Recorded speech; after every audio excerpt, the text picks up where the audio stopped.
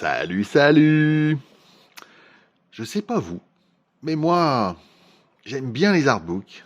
J'aime bien aussi le cyberpunk, donc j'aime bien Masamune Shirow. Et ça, vous l'avez vu.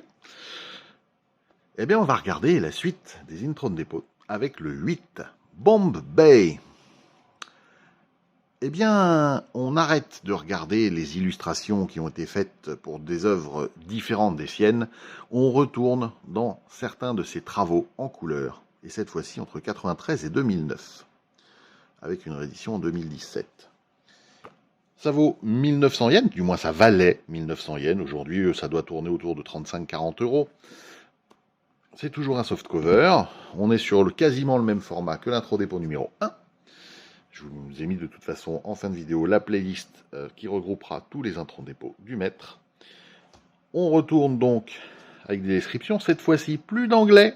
Et non. Tout en japonais. Une très très belle illustration qui dit bah ouais, des épées et les flingues, bah c'est mon truc. Et on commence. Alors sachant que sur cette période-là, il y avait plus de dessins traditionnels que de 3D. Néanmoins, il avait fait son dessin tradi et il avait fait la couleur à l'ordinateur. Du moins sur celui-ci, après ça dépend des époques, bien évidemment. Toujours des faciès qu'on reconnaît, une plastique qu'on reconnaît également. La preuve, pardon.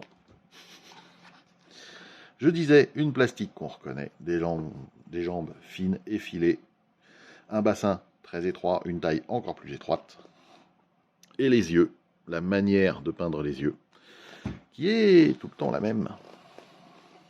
Un grand chapeau,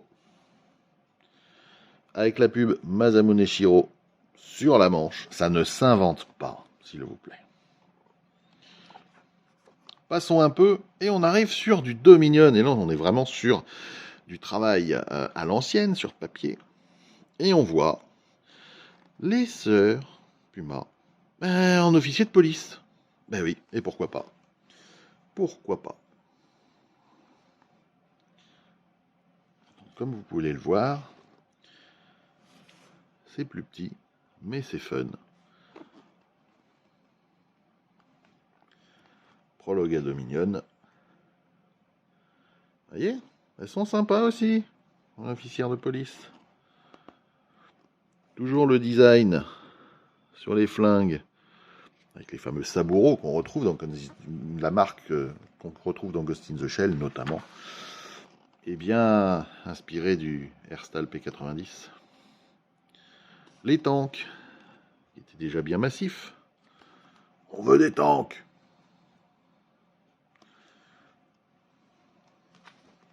Regardez ça, c'est juste top.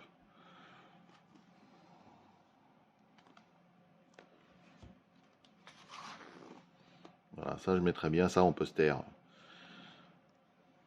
Directement à côté des collections. Bref, encore un bien bel artbook. Là, on arrive sur du travail sur ordinateur. On voit la différence de patte directement. Enfin, de patte de résultat. Ici, de la 3D. Et oui, blurf, blurf, blurf. Et mon monstre.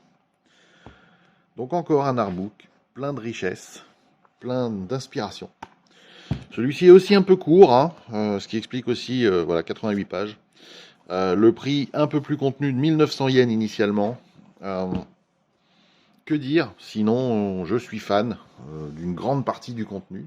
Peut-être pas tout, et l'avantage, c'est justement qu'on a le choix dans ces artbooks de ce qu'on préfère.